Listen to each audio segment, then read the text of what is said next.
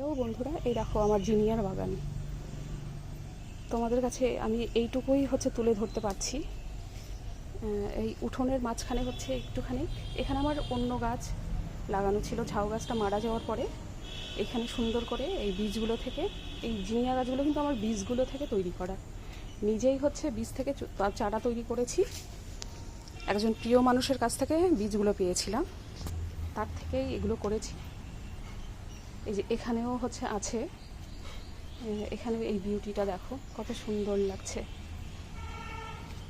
এই প্রথম কিন্তু করলাম জিনিয়া, আরও প্রচুর চারা করেছি। সেটা কোথায় বলো তো?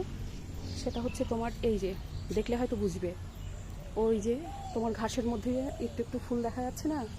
এই বৃষ্টির জন্য আমি বাগানটা পরিষ্কারই করতে পারছি না। দেখতেই পাচ্ছ প্রচুর গাছ লাগানো আছে আমার, প্রত্যেকটা গাছে কুড়ি চলে এসছে। ওকে, ভিডিওগুলো কেমন লাগলো অবশ্যই কমেন্ট করে একটু জানিও। কেমন? টাটা।